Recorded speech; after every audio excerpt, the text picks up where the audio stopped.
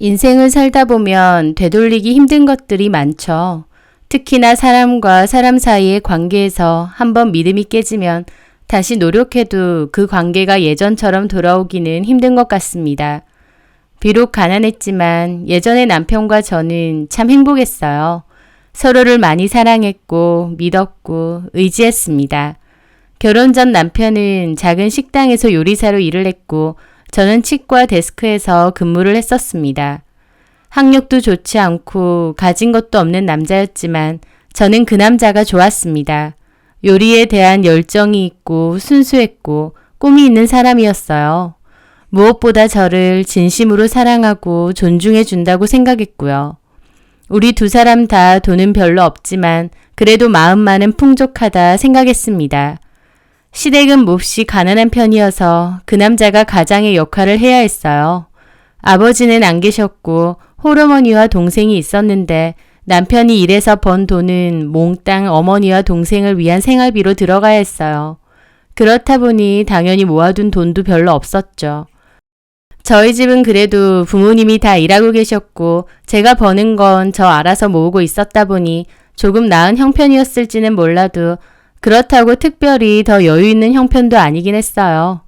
둘 다 가난했어도 사랑하는 마음은 컸기에 결혼도 약속했었습니다. 그런데 결혼하려고 돈을 모아보니 엄청 오래된 투룸 전세 구하는 것도 빠듯할 정도였습니다. 제 주변에서는 저를 많이 말렸죠. 꼭 그 남자랑 결혼을 해야겠느냐, 왜 고생길을 사서 가느냐고요. 저희 부모님도 제가 고생할 게 뻔히 보이는데 괜찮겠느냐 걱정이 많으셨고요.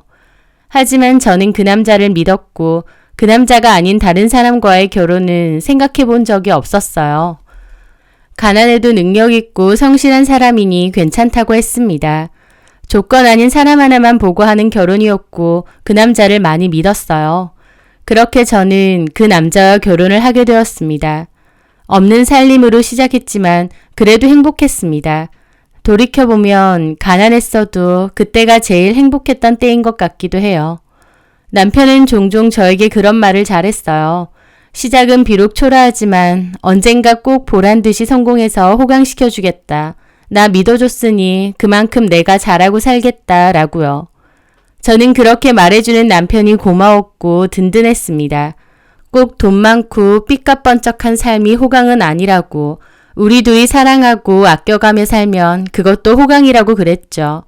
서로 아껴주고 위해주고 양보해주고 가난하지만 그래도 마음만은 풍족했던 때였어요. 그렇게 결혼 생활도 5년이 넘어갈 때쯤이었습니다. 저희는 그 사이에 아이도 낳았고 이전과 다름없는 삶을 이어오고 있었죠. 그런데 뜻밖의 기회가 찾아오게 되었어요.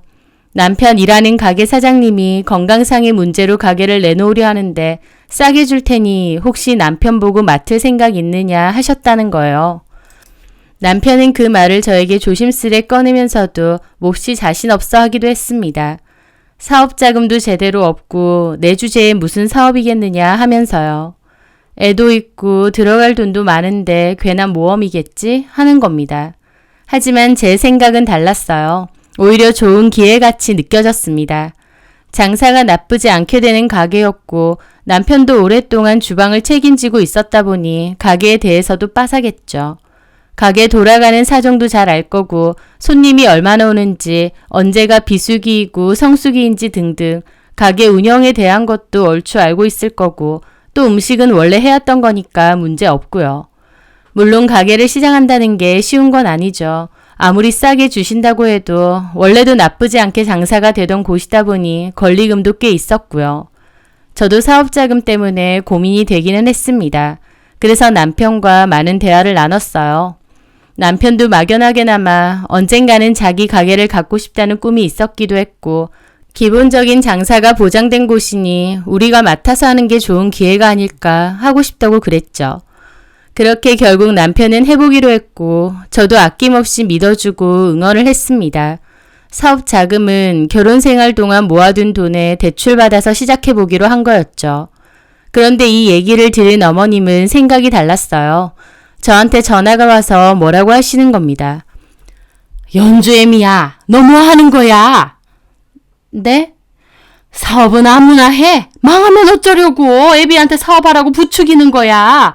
적당한 식당 알아보고 취업하면 되지. 사업은 무슨 사업이야.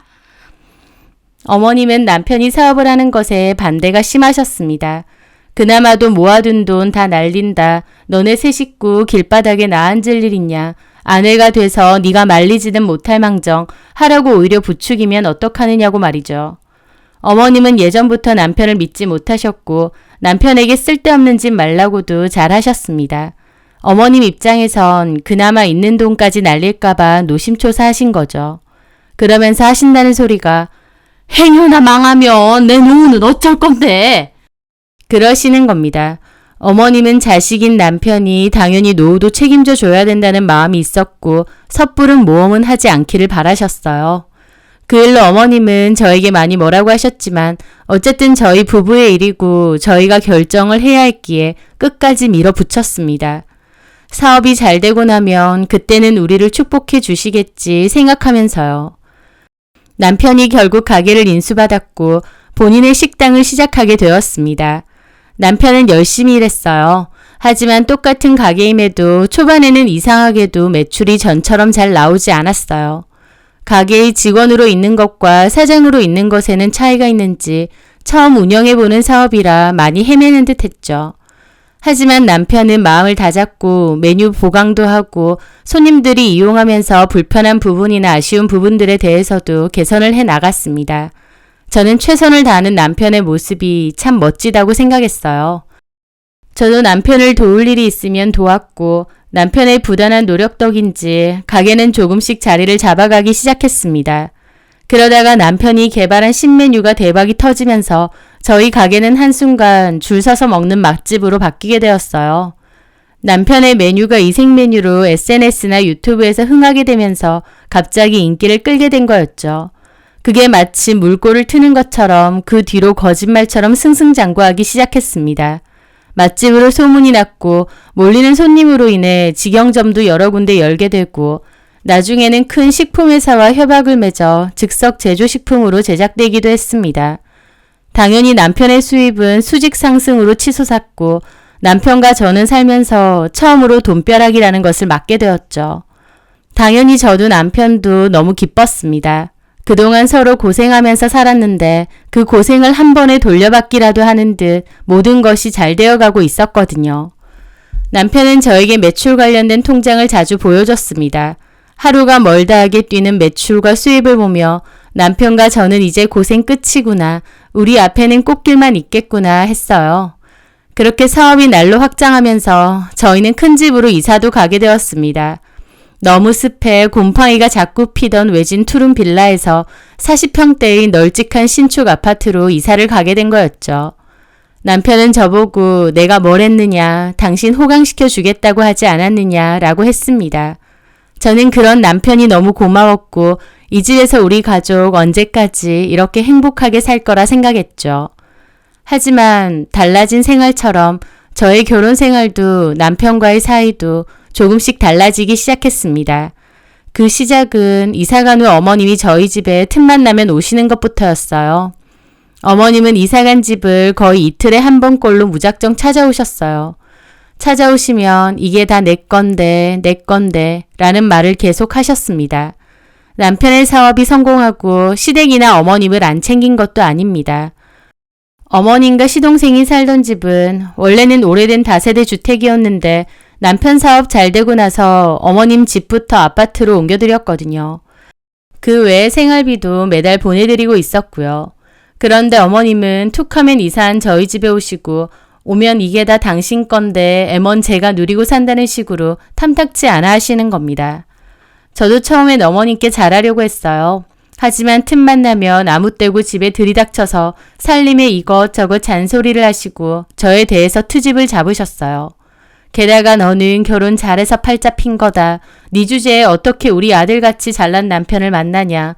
이럴 줄 알고 꼬셨냐 등등의 말도 함부로 잘하셨습니다. 저도 갈수록 화도 나고 너무 지쳐갔죠. 그리고 어머님 일로 남편과도 서서히 어긋나기 시작했습니다.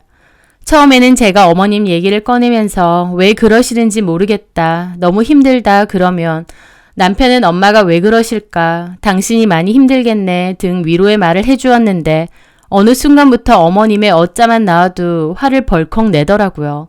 작작 좀 해라, 듣기 싫다, 나더러 어쩌란 말이냐 라고 하면서요.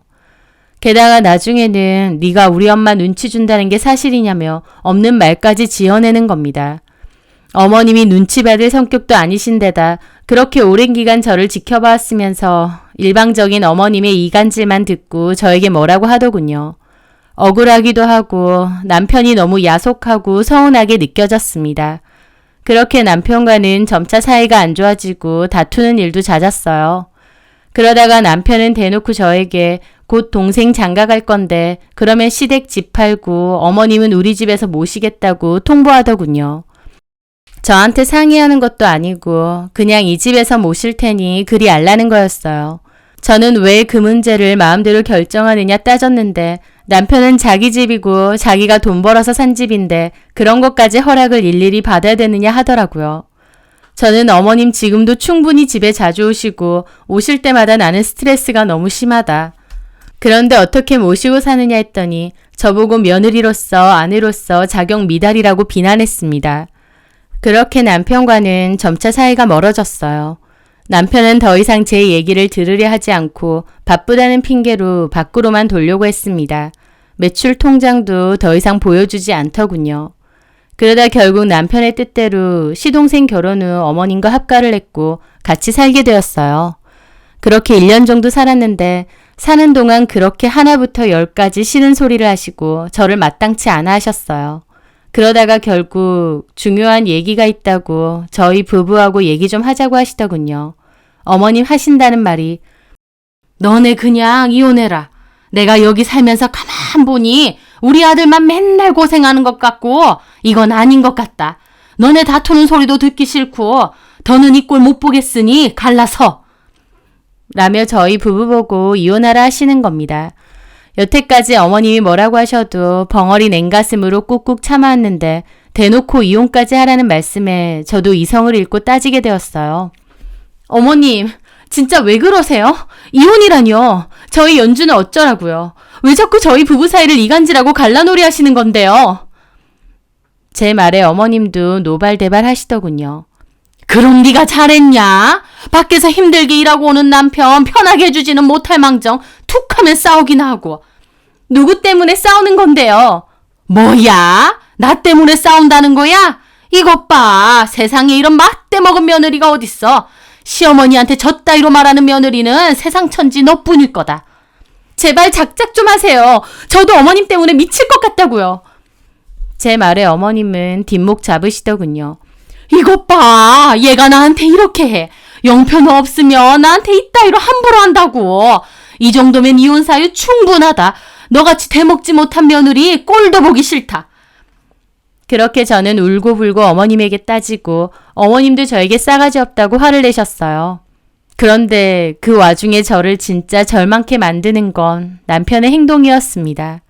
어머님이 뭐라고 하시든 말든 이혼을 하라고 하든 말든 남편은 어머님의 말에 동조하기라도 하는 양 아무 말도 하지 않았거든요. 제가 남편에게 당신도 어머님이랑 뜻이 같냐고 물어도 아무런 대답도 하지 않더군요. 그 말인즉슨 남편도 이혼을 원한다는 거겠죠. 어쩌면 남편과 어머님은 미리 말이 되어 있을 수도 있고요. 배신감이 저를 집어삼키는 듯 했습니다. 남편하고 다툼은 잦았어도 그래도 남편은 제 편이라고 생각했어요. 그런데 사실은 남편도 이혼을 원하고 있었던 겁니다. 저는 그 난리 이후 남편에게 당신도 이혼을 원하냐 물었는데 남편도 우리는 안 맞는 것 같으니 이혼하자고 하는 겁니다. 애 낳고 10년 동안 살았는데 이제 와서 안 맞으니 끝내자입니다. 자기 엄마한테 제 얘기 듣는 것도 지겹고 제가 자기 엄마 얘기하는 것도 이젠 듣기 싫대요. 시어머니랑 이렇게까지 안 맞고 부딪히는 건 제 성격에도 문제가 있는 거고 자기도 그동안 너무 지쳤답니다. 엄마를 포기할 수 없으니 저를 포기하겠다며 이혼해 달라고 하더군요. 저는 너무 허무해서 그랬어요. 솔직히 말해보라고. 진짜 어머님 때문인지 아니면 이제 돈 좀 생겼다고 딴 마음 먹은 건지요. 그랬더니 제 말에 이것 보라면서 당신은 사람을 그따위로 몰아간다고 길길이 날뛰더니 그대로 집도 나가더군요. 남편이 집을 나가고 저는 지옥 같은 기분을 느껴야 했습니다. 어머님은 저만 보면 이혼하라고 종용하고 남편은 연락 두절이고 아이에게도 너무 미안하고 비참했죠. 저는 남편에게 내가 잘하겠다. 어머님 얘기도 당신에게 더 이상 하지 않겠다. 우리 연주를 생각해서 이러지 말자고 사정도 해봤습니다. 하지만 남편은 이혼의 뜻이 확고한 듯 보였어요. 딸이고 뭐고 자식도 안 보이는 듯 했죠. 남편의 마음은 이미 뜬 게 확실했고 저도 더 이상은 자존심이 상해서 못하겠더라고요. 결국 저도 이혼하겠다는 뜻을 밝혔고 변호사 사무실에 상담도 하러 갔습니다. 그런데 남편 명의로 된 재산 조사를 했는데 황당하게 지금 집 한 채 말고는 따로 재산이 없다는 겁니다. 저는 너무 벙쪘어요. 사업으로 그동안 번 돈이 얼마고 예금으로 들어둔 돈이 못해도 10억은 있을 텐데 살고 있는 집 한 채가 전부라니요. 저는 남편에게 이혼 후 재산 분할을 어쩔 거냐 물었고 남편은 지금 집의 절반 금액을 재산 분할로 준다고 했습니다. 나머지는 사업 투자로 다 묶여있고 회사 돈이라 개인 돈은 없다는 핑계를 대면서요. 저한테 돈 주기 싫어서 어떻게든 피하며 핑계를 대는데 정말 진절머리가 났습니다. 예전과 180도 달라져 버린 남편을 보며 치가 떨렸고 차라리 빨리 이혼하고 저 인간들 안 보고 사는 게 속 편할 것 같다 싶었습니다. 그렇게 지지부진한 이혼 소송이 이어지던 와중 저는 아주 뜻밖의 소식을 듣게 되었어요. 어머님이 갑자기 돌아가셨다는 겁니다. 저는 남편과의 이혼 소송 때문에 같은 집에서 살기엔 껄끄러워서 친정에서 아이와 지내고 있었어요. 남편과 어머님은 원래 집에서 지내고 있었고요. 그런데 어머님이 급성 뇌졸중으로 쓰러지셨는데 집에 아무도 없다 보니 저녁에 퇴근한 남편이 뒤늦게 발견했다는 거였습니다. 병원으로 가기도 전에 이미 사망하셨다고 하더군요. 생각지도 못한 일이라 너무 충격적이었습니다. 그렇게 까랑까랑하게 내 아들하고 이혼하라고 외치던 어머님이 하루아침에 그토록 허무하고도 외롭게 돌아가셨으니까요. 입버릇처럼 저희 집 보고 이거 다 내 거다 하셨고 기어코 저랑 저희 딸도 쫓아내고 그 집을 차지하셨었죠. 그런데 그 집에서 결국 혼자 쓰러져 아무런 도움도 없이 외롭고 쓸쓸하게 돌아가셨다니 충격적이기도 하고 복잡한 기분이 들었습니다. 어쨌든 아직은 이혼 마무리가 된 사이가 아니다 보니 제가 며느리였고 장례식에도 며느리로서 할 도리를 했습니다. 빈소를 지키며 찾아오는 손님들도 챙겼죠. 이혼할 때 하더라도 마지막 할 일은 해야 저도 마음이 덜 불편할 것 같더군요. 남편은 고맙다고 했지만 저는 대꾸 한마디 하지 않았어요. 그저 장례 끝나면 이혼 소송 다시 진행해서 끝을 내겠다는 생각뿐이었죠. 그런데 장례 끝내고 얼마 뒤 남편이 태도를 확 바꿔서 저를 붙잡는 겁니다. 여보, 내가 잘못했어. 우리 이혼하지 말자. 라고 이혼을 번복하면서요. 뭐? 엄마 돌아가신 마당에 이런 말 그렇지만 사실 자기랑 나랑 싸우는 이유 엄마밖에 없었잖아. 우리 헤어질 이유 없으니까 이혼하지 말고 같이 살자. 남편은 또다시 얼굴을 바꿔서는 저에게 절절히 매달리는 겁니다. 처음엔 정말 남편의 말 그대로를 믿기도 했어요. 고부 갈등 때문에 결국 남편과도 이혼 얘기가 오간 건데 어머님이 돌아가셨기 때문에 이혼하지 말자고 말할 수도 있지 않을까 한 거죠. 하지만 알고 보니 그게 아니었습니다. 남편은 어쩔 수 없이 저에게 모든 것을 털어놓았는데요. 남편이 오랜 기간 몇 년에 걸쳐 어머님 앞으로 본인 재산을 조금씩 빼돌렸다고 합니다. 나중에 저와 이혼할 것을 대비해서 저에게 재산 분할을 다 해주기 싫어서 그랬던 것 같더군요. 그러니까 남편은 어머님이 저에게 이혼하라고 하기 훨씬 전부터 이미 저와 이혼할 생각을 하고 있었던 겁니다. 그래서 그 오랜 기간 차곡차곡 꾸준하게 어머님에게 돈을 보내며 재산을 빼돌린 거였죠. 그 얘기를 듣는데 저는 또 한 번 배신감에 치를 떨어야 했습니다. 저한테는 마치 이혼은 본인 생각이 아니고 어머님만의 생각이었고 본인은 어쩔 수 없이 끌려다닌 것처럼 말했지만 사실은 남편 본인이 더 이혼하고 싶다는 뜻이 확고했던 겁니다. 그런데 문제는 그렇게 재산을 어머님께 빼돌리고 최소한의 재산만 저에게 분할해 주려고 했는데 이혼 소송 중간에 어머님이 생각지도 못하게 돌아가시게 된 거죠. 문제는 어머님 앞으로 돌려놓은 재산이 이제는 시동생과 나눠야 될 상황이 되어버린 겁니다. 저한테 주기 싫다고 빼돌린 재산인데 그걸 동생하고 나눠야 되는 셈이었죠. 한마디로 자기 발등을 자기가 찍은 격이었어요. 시동생은 고집이 세고 욕심이 많은 성격이에요. 남편이 뭐라고 하든 말든 자기는 자식으로서 상속받아야겠다고 주장했던 거죠. 그러니까 남편은 갑자기 태도를 바꿔서 저에게 이혼하지 말자고 붙잡는 거였습니다. 그러면서 저더러 남편이 빼돌린 거라고 주장을 하랍니다. 증거도 자기가 다 준다고요. 그렇게 해서 다시 재산을 남편 앞으로 찾아온 다음에 이혼은 없던 일로 하자는 겁니다. 동생하고 재산 나누기 싫으니까 저한테 이혼하지 말자고 하는 거였죠. 남편은 딸까지 들먹이며 이혼하지 말자고 하는데 그 태도가 얼마나 역겹던지요. 제가 자식 생각해서 이혼만큼은 하지 말자고 했을 때도 고개를 15도도 돌리지 않은 게 그 사람입니다. 그런데 지 재산 동생이랑 나누기 싫어서 이혼하지 말자고 매달린다니요. 남편의 얘기를 듣고 저는 많은 생각이 들었어요. 그 착하고 믿음직스럽던 사람이, 내가 그토록 사랑하던 사람이 왜 저렇게 변했을까 기가 막히고 눈물만 나더군요. 하지만 저는 남편의 진짜 본심을 알게 되었으니 절대 봐주지 않을 거다 생각했어요. 그래서 일단은 남편이 하자는 대로 따라주었습니다. 남편의 말대로 재산을 빼돌린 것을 주장했고 여러 법적인 입증 끝에 남편 몫으로 재산을 다시 찾아오게 되었어요. 남편은 저에게 고맙다고 우리 이제 다시 잘 살아보자라고 하더군요. 하지만 저는 남편에게 말했습니다. 웃기지 말라고. 우리는 이혼이라고. 저는 남편이 찾아온 재산까지 전부 다 분할 대상으로 넣기 위한 심산이었거든요. 남편은 제 의도를 알게 되고 나서 오히려 저보고 사기친 거냐 했지만 사기는 네가 가족들한테 친 거 아니냐고 딱 잘라 그랬습니다. 그렇게 다시 이혼 소송에 들어갔고 결국 어머님 명의로 빼돌렸던 재산까지 분할 대상에 들어가게 되었어요. 그리고 오랜 소송 끝에 다행히 재판부는 상당한 재산을 제 몫으로 인정해 주었습니다. 그 과정에서 남편은 동생과의 관계도 심하게 틀어져서 거의 의절하다시피 했어요. 동생하고 상속 나누기 싫어서 기어코 다시 재산을 돌려받은 셈이다 보니 동생하고도 돈 때문에 엄청 싸우고 결국 안 보고 산다고 하더라고요. 동생하고도 의절한 데다 저한테는 상당수의 재산을 넘기고 이혼까지 당하게 된 거죠. 이혼 마무리가 되던 날 저는 그런 생각이 들더군요. 결국 어머님은 돈 욕심 그렇게 부리더니 그 좋아하는 돈 저승길에 싸가지도 못하고 형제 사이 갈라놓고 아들 이혼까지 시킨 겁니다. 어머님이 원하신 게 이건지 어디 저승에서 한번 잘 지켜보시라고 하고 싶더군요. 저는 전 남편을 따뜻하고 착한 좋은 사람이라 생각했지만 돈 앞에서 아예 딴 사람이 되었습니다.